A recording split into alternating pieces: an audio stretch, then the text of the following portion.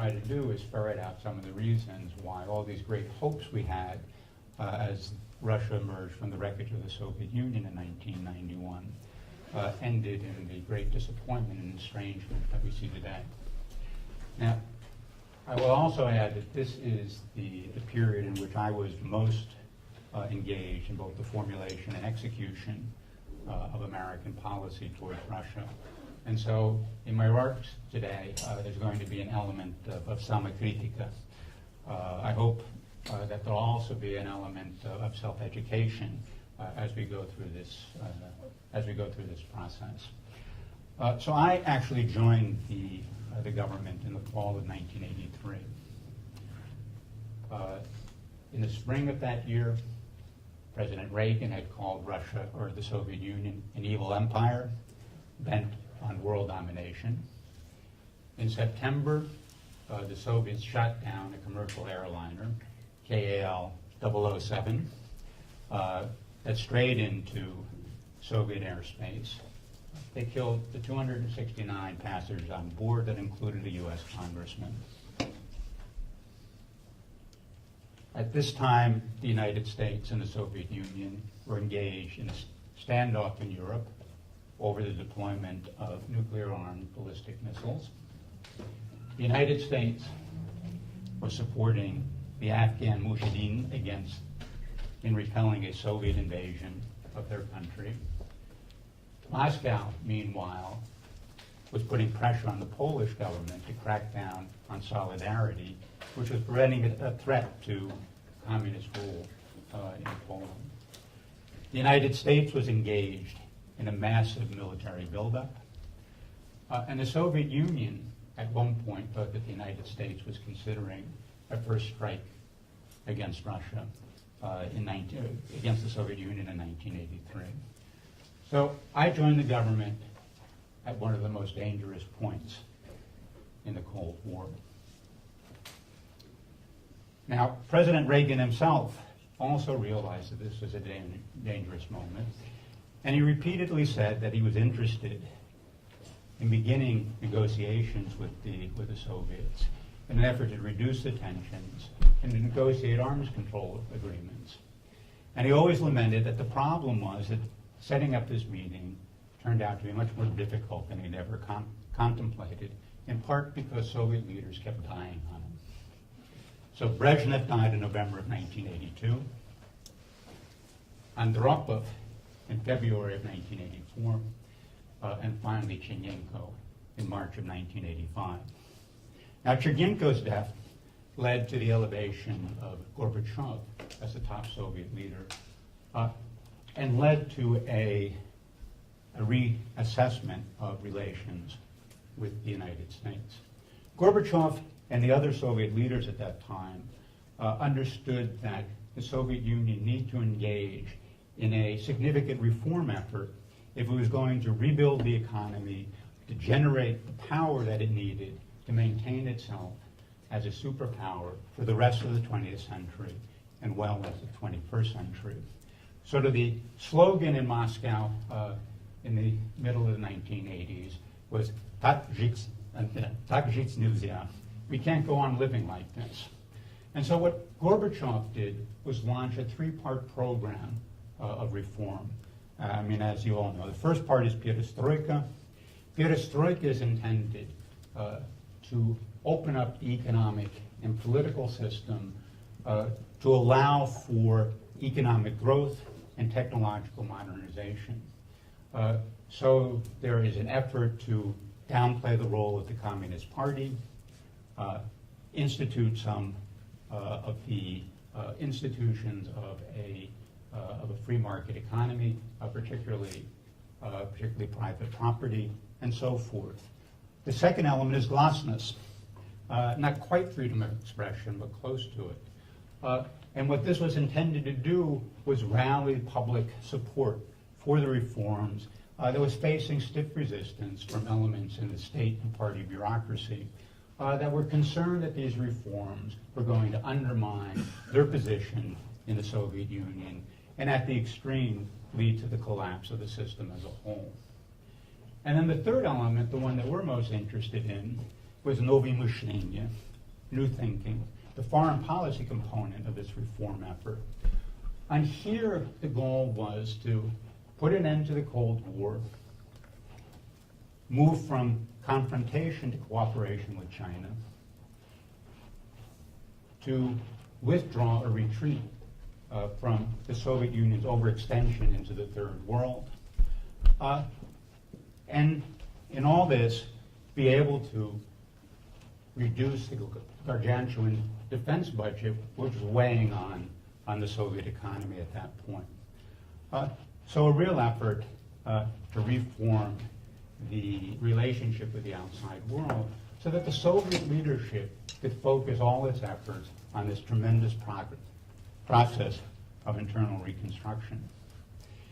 Now, this led to, as I said, a radical improvement in U.S.-Soviet relations. Reagan and Gorbachev meet in their first summit in November of 1985 in Geneva. They have several summits thereafter, and when President Bush succeeds President Reagan in January of 1989, those summits continue until the end of the Soviet Union. And the American presidents and Gorbachev had a number of significant achievements at these summits. They signed the IMF treaty, which eliminated a whole class of nuclear weapons from the American and Soviet arsenals. They signed the START I agreement, the first treaty that actually reduced and not simply limited nuclear weapons. Along the way, the Soviet Union withdrew from Afghanistan, the Berlin Wall fell, and the Soviet Union acquiesced in the reunification of Germany inside NATO. But perhaps the most important achievement is that the United States and the Soviet Union negotiated an end to the Cold War. Now, I want to stress this point, and I'm sure you've got Ambassador Jack Matlock coming here in a few weeks? Yes. And he will make this point much more eloquently than I will because he was there. But it wasn't an American victory in the Cold War, contrary to the prevailing opinion in the United States. It really was a negotiated solution. President Bush and Gorbachev came together at Malta in 1989 and declared that they were putting the competition behind them, that they were entering a new era of cooperation between the United States and the Soviet Union. And in a sense, both countries emerged as victors. Now, I think the confusion in the American mind comes from the conflation of three events: the end of the Cold War, the demise of communism in the Soviet Union, and the collapse of the Soviet Union.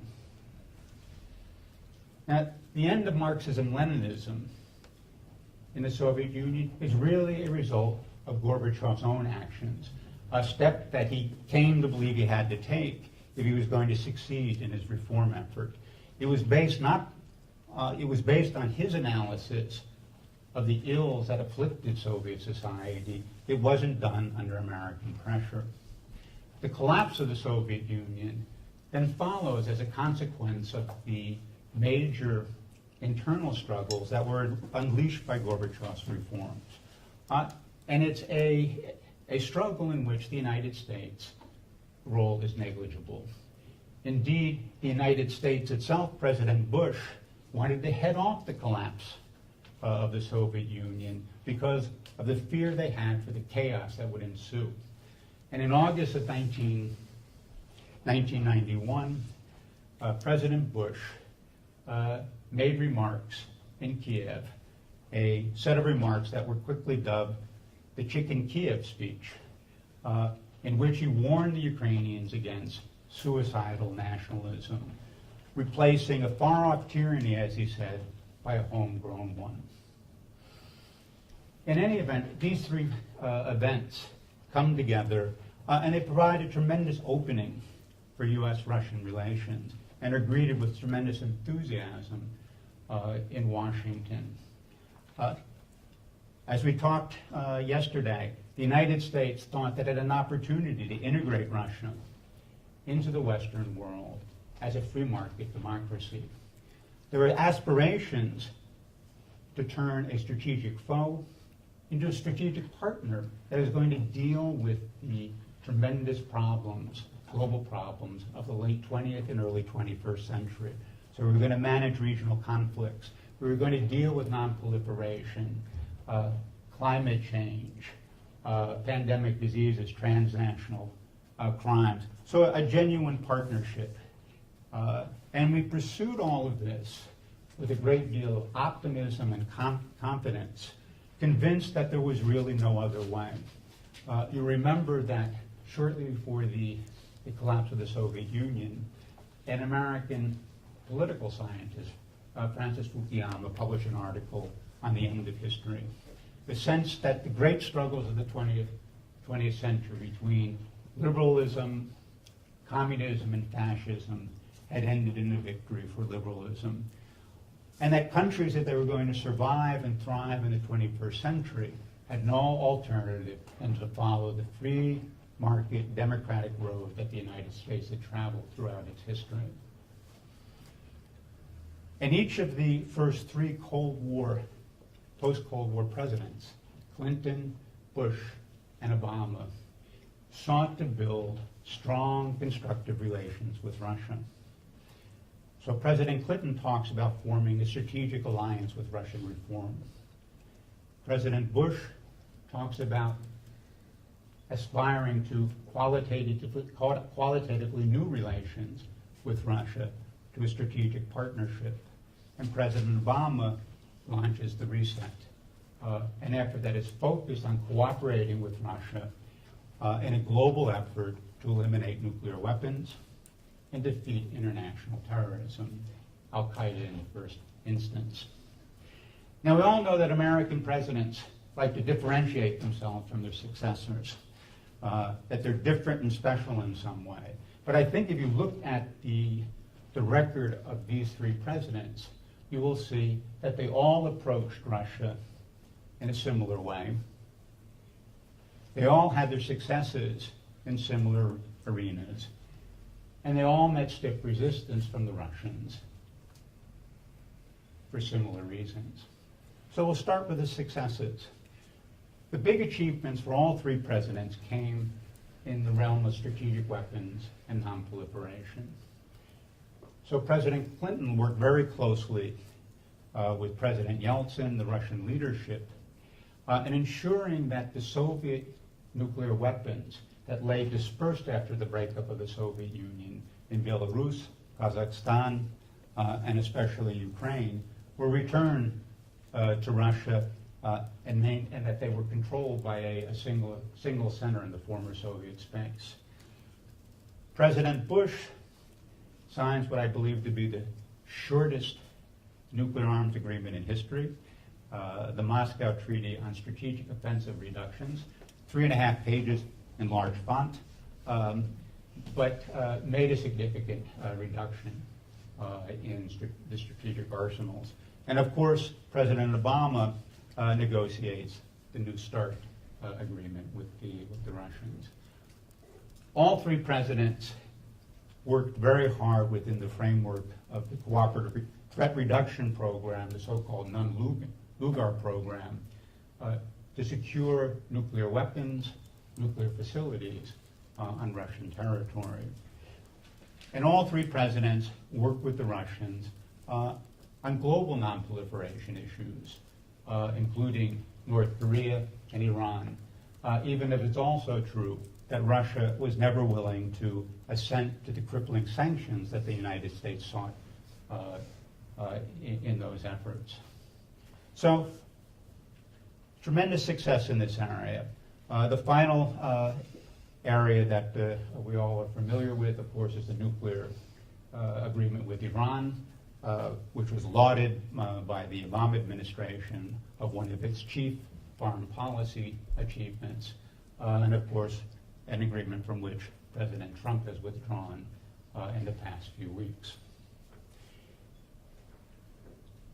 Now, all three presidents also found that geopolitical competition strained the relationship. And it comes in different areas. For President Clinton, the geopolitical competition is largely focused in the Balkans. And the major sort of event here is the Kosovo intervention of 1999.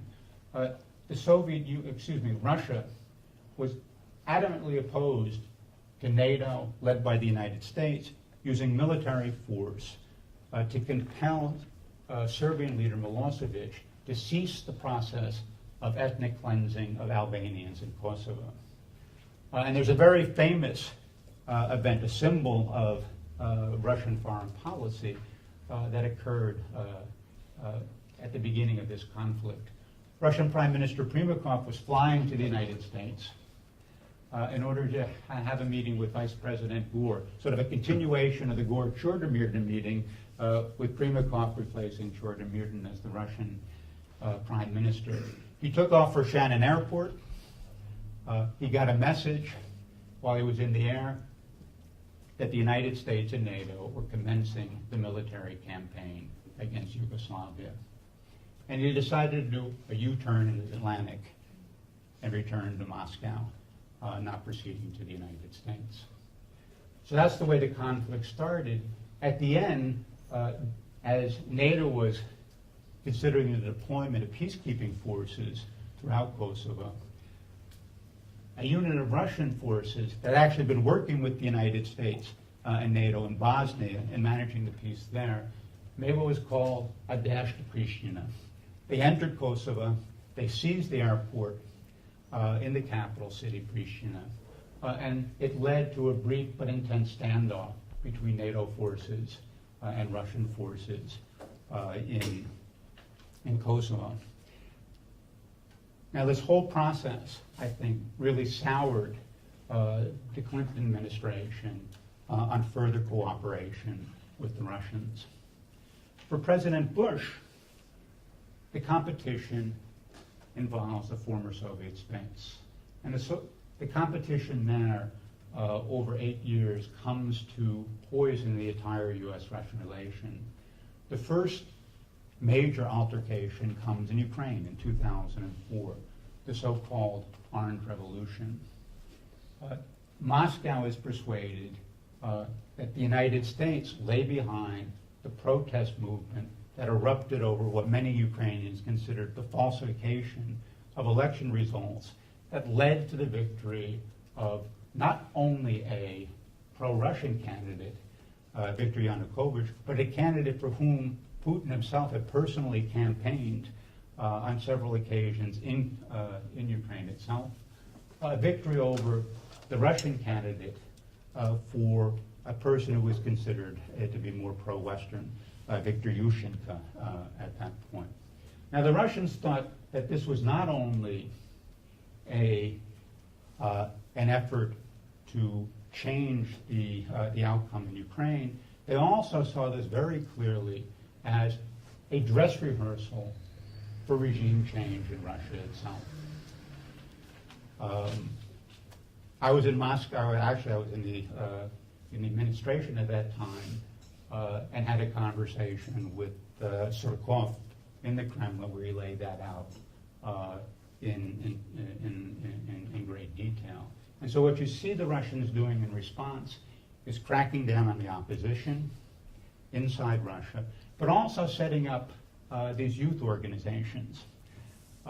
Youth organizations, as Surkov said, that were going to provide the muscle for the Kremlin regime to put down any anti-Kremlin protests that might emerge at any point in response to elections inside Russia. The second major altercation in the Bush administration comes with Georgia in August of 2008.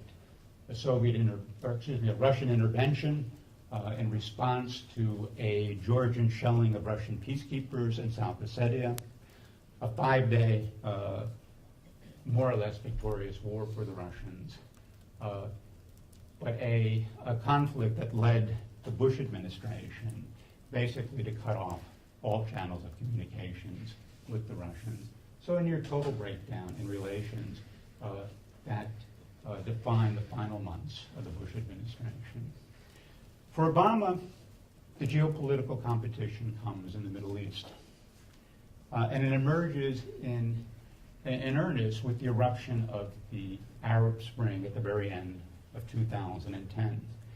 A set of popular rebellions against authoritarian regimes, which the Kremlin is persuaded that the United States has inspired, even though some of the rebellions, such as the one in Egypt, lead to the downfall of a long-standing American ally. The situation gets only worse with Libya, in part because the United States was acting under the authorization of a UN Security Council resolution that authorized military intervention to protect civilians in Libya, a resolution that passed in part because Russia abstained and didn't veto it, as they might have under other circumstances. And Moscow argues that the United States abused that resolution by moving away from the simple protection of civilians to launching a military operation against Gaddafi himself, an operation that leads in the capture and murder of Gaddafi by rebel forces. Now, we know from the conversation we had yesterday that the tension and competition in the Middle East is not the event that puts the relationship in a tailspin. That is Ukraine, which comes on top of the unrest in the Middle East. But again, is an event that the Russians see as an American-inspired rebellion to effect a regime change to Moscow's disadvantage. So the Balkans, the former Soviet space, and then the Middle East is where the geopolitical competition becomes most intense in the post-Cold War world. Now, the competition, this geopolitical competition, almost inevitably raised the question about Russian domestic politics. It sparks discord about Russian domestic developments because the United States is arguing that all it is doing in these areas is supporting popular democratic demands against authoritarian leaders. And it explains the opposition of Russia to what the United States was doing as a consequence of Russia's own authoritarian tendencies. So if you look at Kosovo, Kosovo comes after the financial collapse of 1998, which discredited the reform-minded elements of the Russian government and led to the installation of a new government led by Primakov, but also included a number of communists in key positions. For President Bush and the former Soviet space, the Ukraine crisis, the Orange Revolution, erupts at a time that the Bush administration is uttering its first public criticisms of authoritarian tendencies in Russia. And that dissonance is reinforced as President Bush announces his freedom agenda as sort of the organizing principle of his foreign policy and the principle on which he's going to wage an anti-terrorist campaign. And for Obama, this tension is exacerbated by, as we discussed yesterday, the return of Putin to the Kremlin in 2012. So what we see, in short, is that each of the three presidents started out by seeking strong cooperative relations with Russia, and each ended in failure, and each left the relationship in worse shape than he found it. And so if we look at this 35-year period, what we see after the Gorbachev period are three cycles of great expectations followed by profound disappointment and estrangement in the nature of the relationship. And at the end, we find U.S.-Russian relations in a state that's reminiscent of the early 1980s when I first joined the government. Now, as we discussed yesterday, this is not a return to the Cold War because the international context has changed. But nevertheless, it is a low point in the overall relationship. So the question we want to ask now is, how do we explain these cycles? And the argument I want to make is that what ultimately undermines U.S.-Russian cooperation or constructive relations is a combination of geopolitical competition and opposing values. Now, geopolitical competition between Russia and the United States should hardly have been surprising. Right?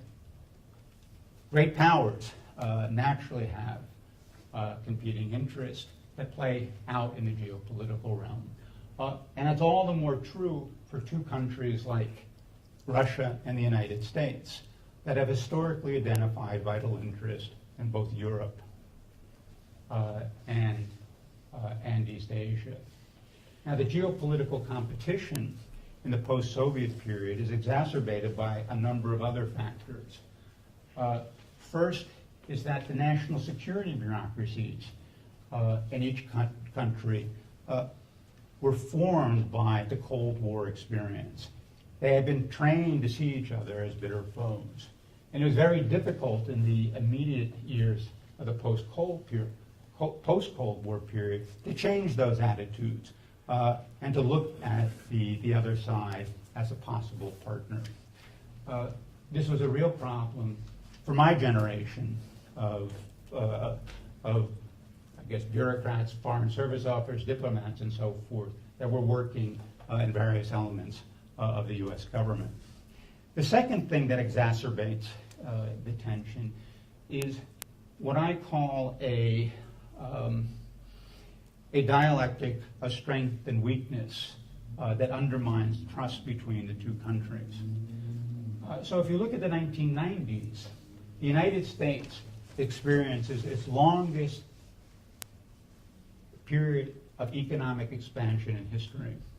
At the same time, what's happening in Russia? It's going through an unprecedented socioeconomic collapse for a great power that's not defeated in the Great War. So the American economy is growing by 3-4% per annum. The Soviet economy collapses by nearly 40% in the 1990s. That flips in the 2000s as the Russian economy begins to recover, in part because of some of the reforms that Putin implements, but also most dramatically because of the rise in oil prices. And that's happening at the same time that the United States is entering a period of malaise, due in part to the failed foreign policy of the Bush administration, the quagmires in Afghanistan and Iraq, punctuated at the very end by the financial crisis of 2008 and 2009. And then after that period, you get a very slow recovery in the United States as Russia is descending into a recession. So these very different and changing economic trajectories, political trajectories, reinforces the suspicion between the two countries. And then finally, you have a fundamental asymmetry between Russia and the United States. The American economy today, depending on how you measure it, whether it's nominal or PPP, is anywhere between 8 and 15 times as large as the Russian economy. And that always made it very difficult, this asymmetry, to build a partnership of equals, which the Russians desired because they wanted that as validation of Russia's great power status. So there's geopolitical competition. It's exacerbated by certain other developments. But I would argue that this wasn't sufficient to tank the relationship between our two countries. Something else was needed, and that was provided by a a profound and perhaps unbridgeable gap in ambitions between Russia and the United States. As we discussed yesterday, the United States' grand ambition was to integrate Russia into the Western community, largely on American terms. And it wanted to do this, in a sense, to seal the victory in the Cold War. When does a country really win a war? It's not when it defeats the foe's armies. It's when the rival, the enemy, adopts your own system.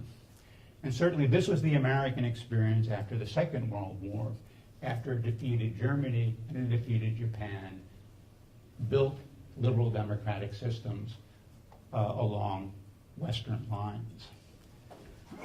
Russia was not interested, I would argue,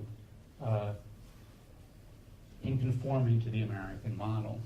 What Russia wanted, I think this is true of the Russian elites and most of the population, if not of a very small group around President Yeltsin at that time. What the Russians wanted was to be recognized as a great power that they took themselves to be recognized as the country that had played the central role in the elimination of communism in Europe as a governing philosophy, and in recognition of the large historical role Russia had played in global affairs. So the United States wanted to change Russia. Russia wanted to restore its power. The United States wanted to build a global order in its image, and Russia insisted that it would be a great power that would pursue an independent foreign policy. And so this difference over ambitions, the opposing values, lies at the center of the relationship. And the relationship to cooperation comes undone when the reality belies the administration's rhetoric about Russia moving towards democracy and Russia's leaders' commitment to a democratic future. So, just to repeat, for the Clinton administration, it comes in 1998 with the rejection of a reformist government in favor of a more conservative-led government with a large communist representation in it. With the Bush administration, it comes in 2004 after Putin abolishes the election of provincial governors in Russia and outwardly tries to manipulate the election process in Ukraine itself. And for President Obama, it comes with the return of Putin to the Kremlin, their displacement of what they saw as a progressive figure for one who is known for his authoritarian tendencies. Now, if you think about this in broad terms, again, one of the problems is that the United States, in this policy, puts Russia's domestic politics at the very center of the U.S.-Russian relationship. And one of the major criterion for the success of U.S. policy is the domestic development and the movement towards democracy in Russia. Now, I would argue that this was always a mistake. First, the United States really has very little ability to influence Russian domestic development. The fact is that Russia is simply too big. Its domestic politics are too complex, and our understanding of how Russia works is too little in order to have any type of positive impact of what's happening inside Russia. It was even more of a mistake to link American policy to the democratization of Russia, because at the end of the Cold War, the breakup of the Soviet Union, Russia really lacked a lot of the institutional and social and political material it needed to build a minimally effective democratic government. And so as Russia tried to come out of the crisis of the 1990s, it did what you perhaps should have expected they would do. They returned to a traditional form of Russian government, a weakly institutionalized, highly personalized, non-democratic form of government that is centered on the Kremlin. So Russia doesn't make the transition from a totalitarian society to a democratic one, as the United States had anticipated and hoped for. Rather, it makes a transition from one variant to another variant of its historical self. Now, George Kennan, at the end of the beginning of the Cold War, had something to say about this. I just want to quote a short passage from an article he wrote in the early 1950s, if I remember correctly. And what he says is that the ways by which peoples advance towards dignity and enlightenment in government are things that constitute the deepest and most intimate processes of national life. There is nothing less understandable to foreigners, nothing in which foreign interference can do less good. And I think that the efforts by the three American administrations, more intrusive by Clinton, less so by Bush and Obama, really underscore that point. So the Clinton administration sent thousands of advisors to Russia in the 1990s in an effort to explain to Russians democratic processes, market processes, and so forth. And their lack of understanding of how Russia actually worked led to that advice being either impractical or easily corruptible in Russian circumstances. The Bush administration took a slightly different approach, and it focused most of its efforts on the democratic side in supporting marginal figures in the Russian political spectrum, something that disinclined many other Russians who wanted to see a more open Russian society for actively advocating for that, because they didn't want to be branded as being unpatriotic or as American agents. And the Obama administration tried to pursue what I would call an almost impossible diplomacy.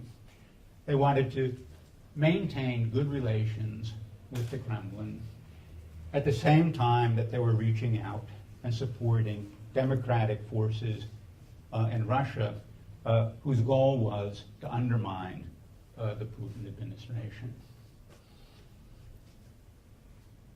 At the same time, what you find is that the Russians themselves grow very agitated by what they see as American mentoring, an American effort to lecture them on democratic processes. And they weren't entirely wrong about that. In the 1990s, in the Clinton administrations, they would listen and nod from time to time, in part because they realized that it was very difficult for Russia to push back at that time, in part because they needed the cash inflows to maintain the government. But as Russia begins to recover in the 2000s, you see this expression made much more forcefully in public. It's made easier because of certain events in the United States or American policy.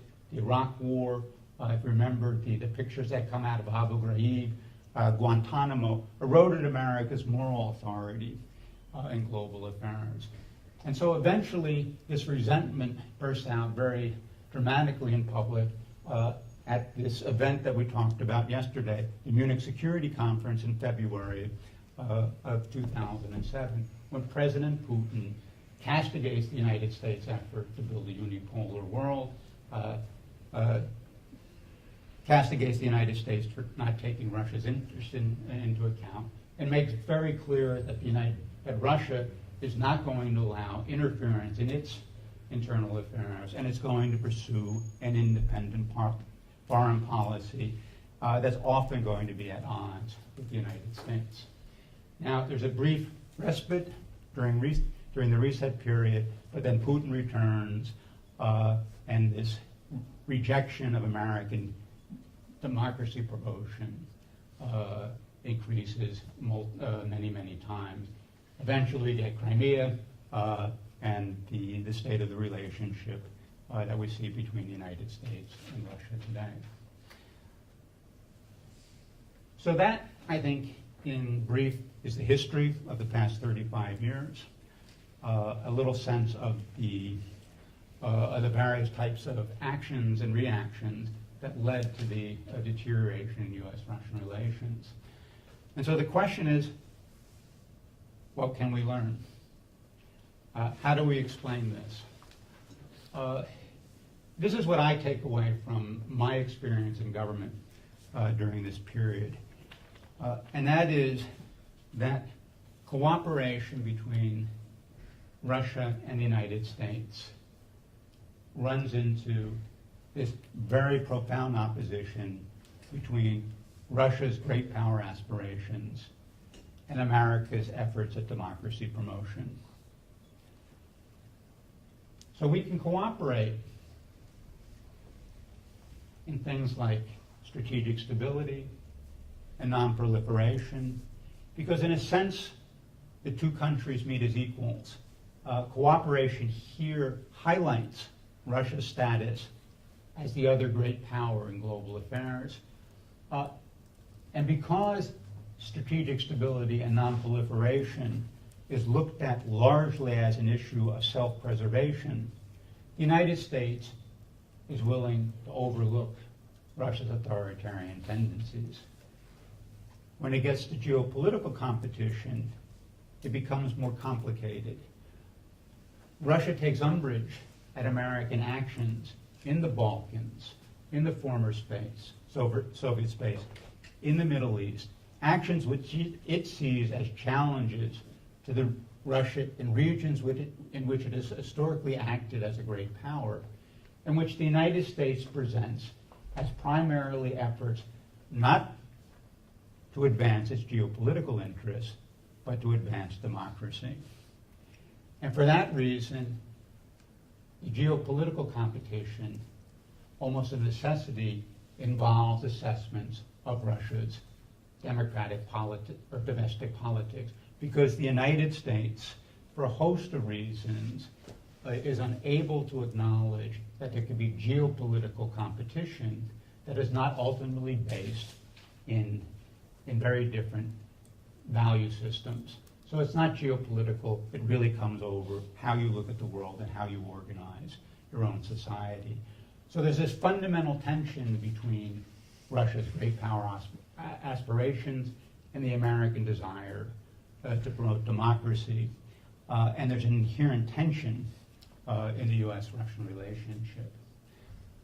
That, I think, leads to the fundamental question that we want to explore as we think about the future of the United States. It's a question that I'm not going to answer, but I just want to pose as I end my remarks this morning, and that is whether there's a way in the future that you can reconcile Russia's great power aspirations and American desires to promote democracy in a way that creates a strong and enduring, constructive and mutually beneficial relationship between our two countries. That, I think, is a big question we have to look at going forward. And I think the question that those of you who will engage in this activity in the future will have to wrestle with. So let me stop there.